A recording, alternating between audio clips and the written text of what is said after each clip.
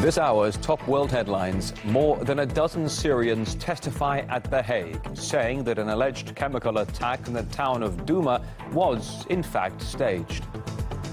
We were scared. They started to pour water on me. I don't know why they did this.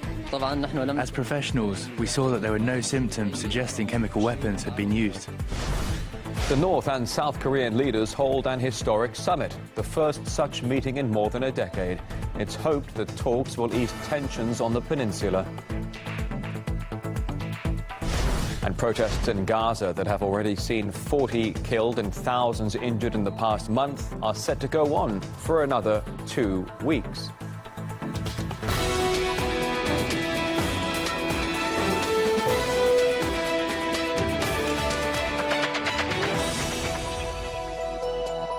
Just turning midday here in Moscow, this is RT International. Thanks for joining us. We have your top world headlines for this hour. Local Syrian doctors have testified that they saw no patients with signs of chemical poisoning in the aftermath of the alleged attack in the town of Douma. Witnesses explain how events unfolded on April the 7th to the UN-backed chemical watchdog alongside Russia's representative. However, not everyone was willing to listen to their accounts, as RT's Murad Gazdiev explains. When these videos emerged, pundits and politicians took them as gospel. The truth, conclusive, indisputable and irrefutable proof of Assad's chemical sins. The chemical weapon that killed dozens of civilians here. Canisters that the Assad regime has previously used in chemical attacks. The Assad regime has used the same yellow gas canisters. The NSC telling Fox News they have a high degree of confidence that it was used. They must have had solid evidence. You don't just launch 100 cruise missiles in an act of war without convincing proof beyond any doubt. Right? Right? Wrong. We were in the basement and then heard someone outside scream, "Go to hospital." We were scared. They started to pour water on me. I don't know why they did this. Pundits and politicians who've never been to Syria swear it happened. Witnesses, locals who were there in the hospital in question, say they didn't see a thing. All they saw was white helmets dousing confused civilians with water. Neither did the doctors see anything. On the 7th of April, I was in the emergency room treating patients injured during the fighting. The same day, around 7 p.m., we started receiving patients with breathing problems, about 15 cases. This happened because people were inhaling smoke and dust. They only showed symptoms of choking and nothing more. It all happened because one missile hit a building nearby, and a lot of dust got into the hospital rooms.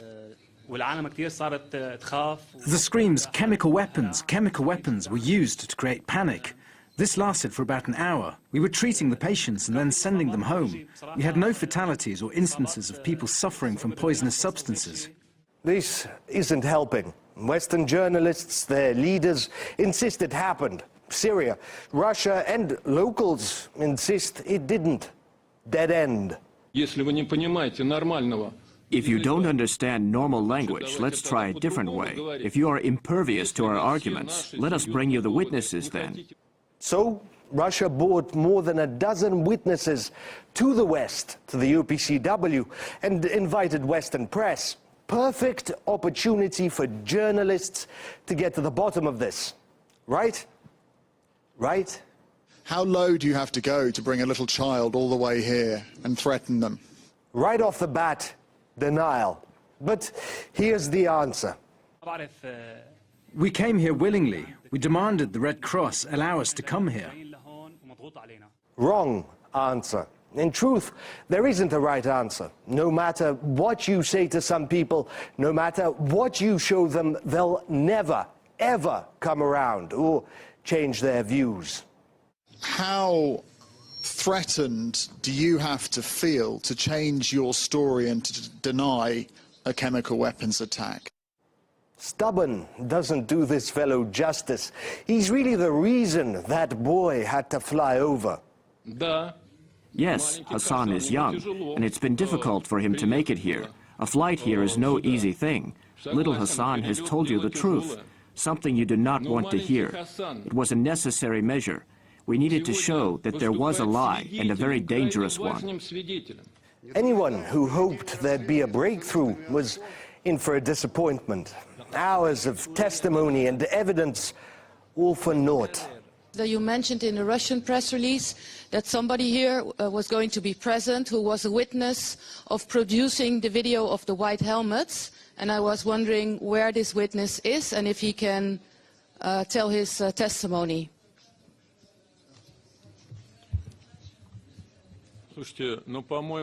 It's my view, all these witnesses we heard from today are the evidence the White Helmets film is fake. I don't know, maybe I missed something. In one ear, out the other, with no pause in between. Britain, France and the US boycotted the chemical watchdog's hearing, with the witnesses calling it a stunt. Experts from the OPCW are currently still in Syria trying to investigate the alleged chlorine or sarin gas attack on Douma. We discussed the latest developments with the former UK ambassador to Syria, Peter Ford, and Middle East expert Ammar Wakaf. Well, it will be either ignored, or attempts will be made to downplay it and to undermine it. But I think when ordinary people see the footage, the testimony, they are bound to be impressed. What the British media are also failing to point out is that it was Russia and Syria which requested the OPCW mission. They requested it. Britain, America and France have still not to this day confirmed that they wanted the mission to go ahead. They refuse to see this as evidence, obviously pending what the OPCW team is going to come up with. From Douma, it's highly unlikely that they would say, first of all, that there was a chemical attack. Well, these three actors were quick to do what they did, to bomb the place, because they knew they didn't have a solid case. Britain, France and the US boycotted the chemical watchdog's hearing, with the witnesses calling it a stunt. Experts from the OPCW are currently still in Syria trying to investigate the alleged chlorine or sarin gas attack on Douma. We discussed the latest developments with the former UK ambassador to Syria, Peter Ford, and Middle East expert Ammar Wakaf. Well, it will be either ignored, or attempts will be made to downplay it and to undermine it. But I think when ordinary people see the footage, the testimony, they are bound to be impressed. What the British media are also failing to point out is that it was Russia and Syria which requested the OPCW mission. They requested it. Britain, America and France have still not to this day confirmed that they wanted the mission to go ahead. They refuse to see this as evidence, obviously pending what the OPCW team is going to come up with. From Douma, it's highly unlikely that they would say, first of all, that there was a chemical attack. Well, these... and speed up the unification process.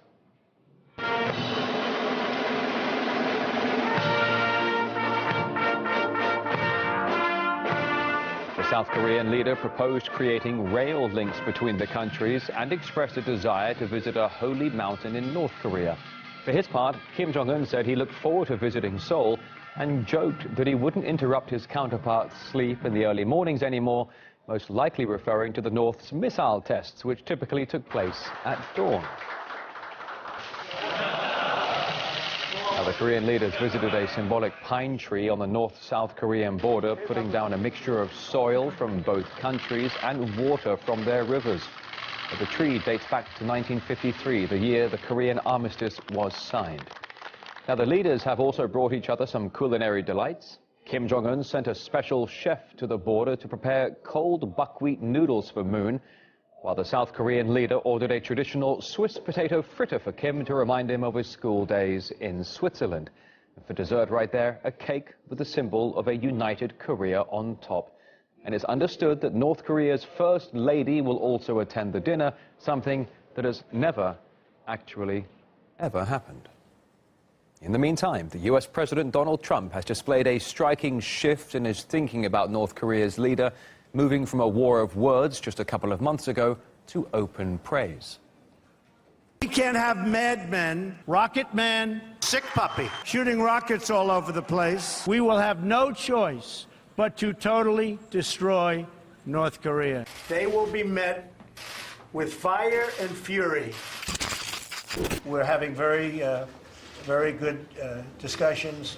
Kim Jong-un he really has been very open and I think very honorable from everything we're seeing.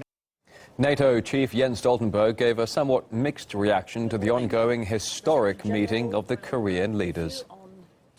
Welcome the Inter-Korean Summit. I think that's very encouraging. We must continue to put pressure on North Korea and to continue with the sanctions.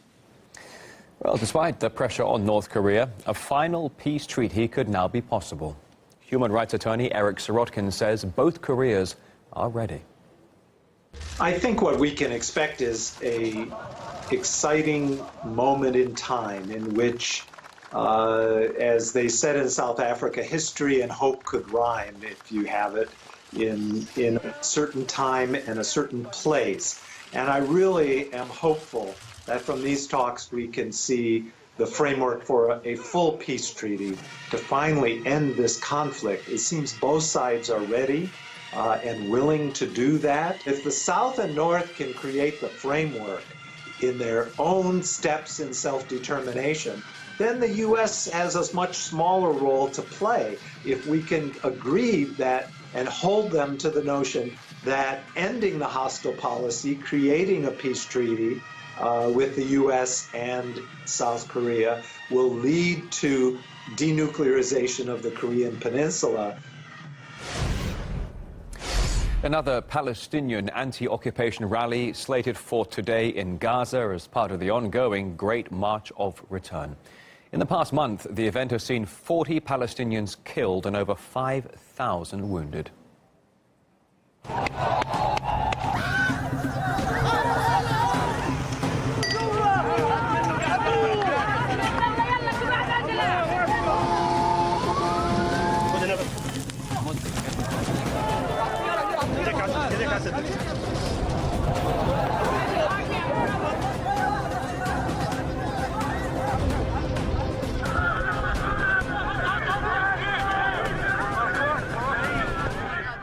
The Israeli army denies using excessive force against the protesters. It also accuses Hamas, which controls Gaza, of using children to carry out acts of terrorism. Israel's defense minister has called on people not to approach the border. Meanwhile, Doctors Without Borders recently released a report saying their teams have provided medical care to over 600 Palestinians injured by bullets since the start of the month. They also say that the number of patients treated in just 3 weeks of this month is higher than the number treated during all of 2014, the year of the Gaza war. And we spoke with the head of the mission in Palestine, who believes many of the injuries will result in disabilities. What I can tell you is that what our doctors and our surgeons, they observe very wide injuries. The Israeli, they use a disproportionate use of the force and they use live ammunition against protesters. I think it is the most important point to remind. You see the bones completely destroyed with a lot of fragments. You see devascularization, the nerves which are affected. So it means that all the wound is completely exploded, and these people they have fractures.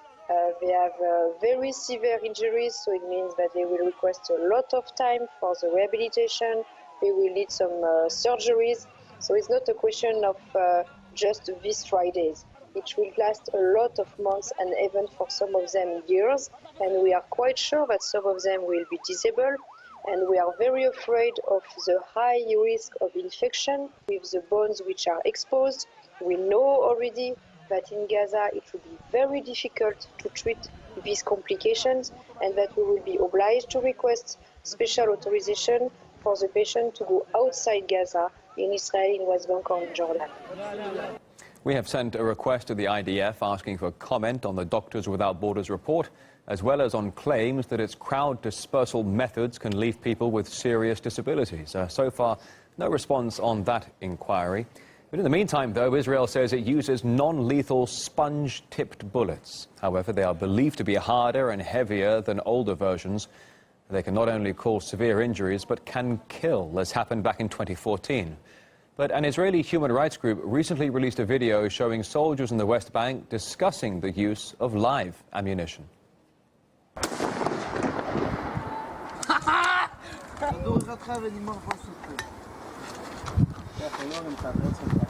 One Israeli ex-policeman received a 9-month sentence for killing a Palestinian teenager in 2014. The court accepted the claim that he had mistaken a live bullet for a rubber one. Well, the story caused outrage after earlier this month a Palestinian girl was sentenced to 8 months in jail for slapping an Israeli soldier. Now, we asked political commentator Amir Oren to comment on the two crimes and punishments. Of course, it is not symmetrical, and when one puts on a scale 8 months for just lunging at an officer or trying to slap him in the face, and 9 months for the earlier case, it doesn't seem just. But yes, there is no level playing field always and everywhere in the world.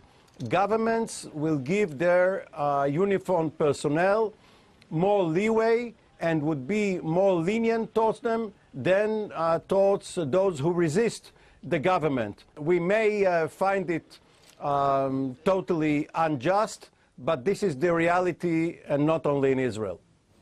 RT's Sophie Shevardnadze spoke with the IDF's chief of staff about the current escalation in the region, asking whether his position allowed him to stay neutral. The full interview aired all day today on this channel, but for now, a preview. You are obviously a very patriotic man who served and serves his country. Are you able to take a step back and see this from a distance?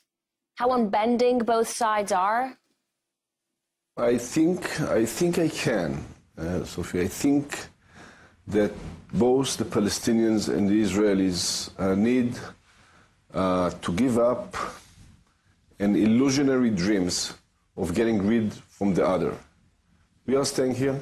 They are staying here. It's an Israeli-Palestinian challenge. It should be an Israel-Palestinian issue with the support whoever decides to give this support. And I really think that for the benefit of the future of the Palestinian kids that were born yesterday or today or will be born tomorrow, and same stands for my kids or other kids in Israel, it's both sides leadership need to sit down and try to solve it with the help of the others, but the others cannot solve it for us.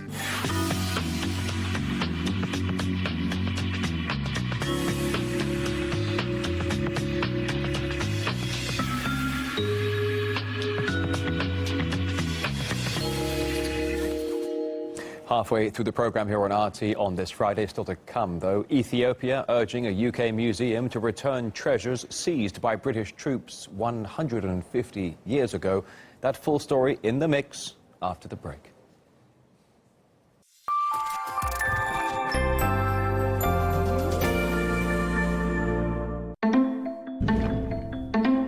When lawmakers manufacture consent instead of public wealth. When the ruling classes protect only themselves. When the financial merry-go-round lifts only the 1% up. It's time to ignore middle-of-the-road signals. Going underground, bringing real news to Britain and the world.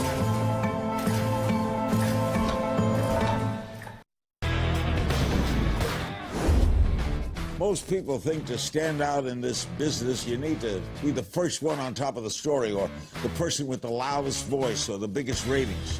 In truth, to stand out in the news business, you just need to ask the right questions and demand the right answers.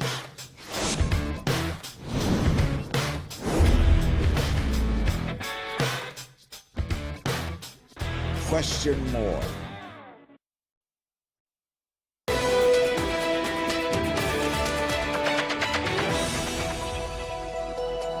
It is good of you to join us today here for the news. American star rapper Kanye West has caused a stir with his return to social media by tweeting in praise of Donald Trump. After deleting his Twitter and Instagram accounts a year ago, the man who calls himself the voice of a generation is now facing a backlash from his fans, some of the media and fellow musicians. RT correspondent Caleb Moppin has details. Kanye West, the musician, personality, entrepreneur who fancies himself to be the next president of the United States, is now being called alt-right. Those turning on him say that the musician is once again struggling with mental health issues. So what triggered all of this? Well, Kanye has thrown his support behind Donald Trump. It's easy to cast West as just another lost man seduced by the far right's promise to provide a sense of purpose. It's also possible to connect West's eccentric behavior on Twitter. This isn't the first time his forays into politics have discomforted some fans, to the mental health struggles that led to his 2017 hospitalization. Perhaps politics and music just don't mix, as some of Kanye's critics have argued. However, these folks didn't really seem to mind back in 2006 when Kanye criticized George W. Bush as New Orleans was coming to terms with Hurricane Katrina. The way America is set up to help the poor, the black people, the less well-off as slow as possible. Whether or not the famous rapper is thinking straight is irrelevant. Kanye is known for his extravagant streak on Twitter. Not smiling makes me smile. Man, ninjas are kind of cool. I just don't know any personally. Maybe I couldn't be skinny and tall, but I'd settle for being the greatest artist of all times as consolation. But only now that Kanye is open and pro-Trump on Twitter are we seeing his followers abandon ship. Some people say we shouldn't really be surprised that Donald Trump strikes a chord in the music world. He's like the 50 Cent of the Republican Party. I'm telling you, man, all he needs now is to get shot 9 times and he's golden. Well, hold on. With his own vodka brand, porn stars giving interviews about him, a love of bling, Donald Trump has been included in over 60 different hip-hop songs. It's actually a star-studded list. Dr. Dre, Ice Cube, and Ludacris. Donald Trump was iconic long before he took office. Trump change, Trump change, nah, Trump change, rather not Trump change, Trump change. Deep in my heart, this is no way out too. That's right. Spend absurd money, private bird money, that Bill Gates, Donald Trump, Bloomberg money. Like Donald Trump, say swing like them Trump, she gon' chew you up, twerk like she from Russia. Now, one award-winning rapper has spoken up and said that the backlash against Kanye West is pretty understandable and rather simple. Most people feel that prominent African Americans should be Democrats. Crazy celebrities make for good reading, and we don't really mind the offensive lyrics until you mix with the Republicans. Caleb Moppin, RT, New York. Ethiopia is calling for the return of artifacts seized by British forces in the East African nation 150 years ago. The treasures are currently on display at the UK's Victoria and Albert Museum. Ethiopia first officially requested that the objects be returned in 2007. The V&A says it's ready to give the artifacts on a long-term loan basis, but Addis Ababa has rejected that offer, saying it wants them all back permanently. Meanwhile, the museum says that the exhibition it's hosting was organized with the help of the Ethiopian community in London. It also wants dialogue with Ethiopia to keep the artifacts in its collection. British journalist John Gaunt and Ethiopian political commentator Awal Allo shared their views on this issue. We have looked after these historical artifacts. We have seen what's happened around the world when we have left things there. I mean, I could point you perhaps, say, to Iraq, Syria, and what happened with Islamic State.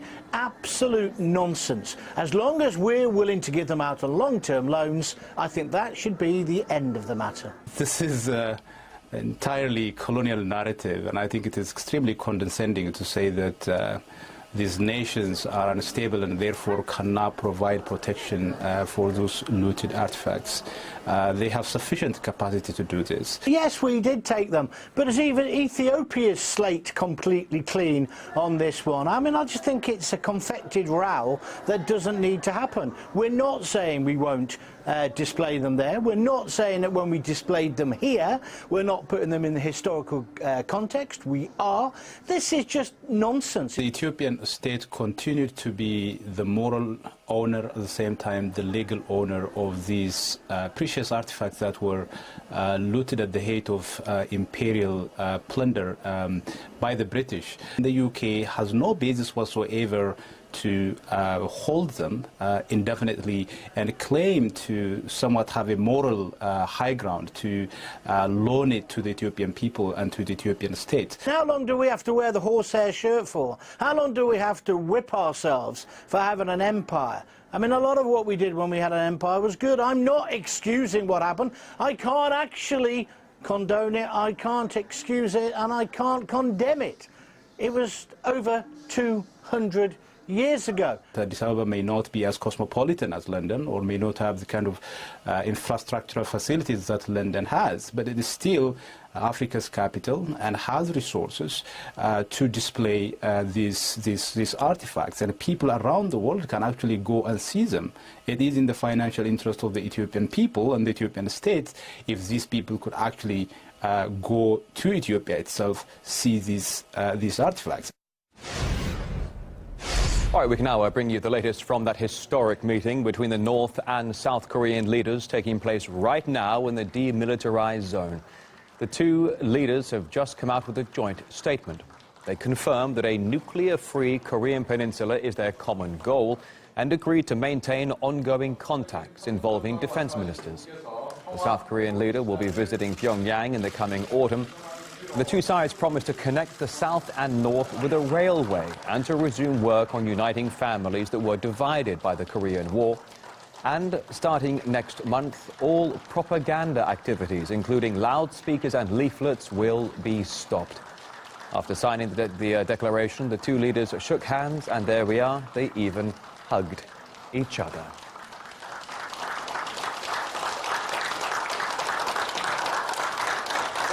Thanks for sharing some of your Friday with us here at RT International. We're back in about half an hour with more of your world's top stories.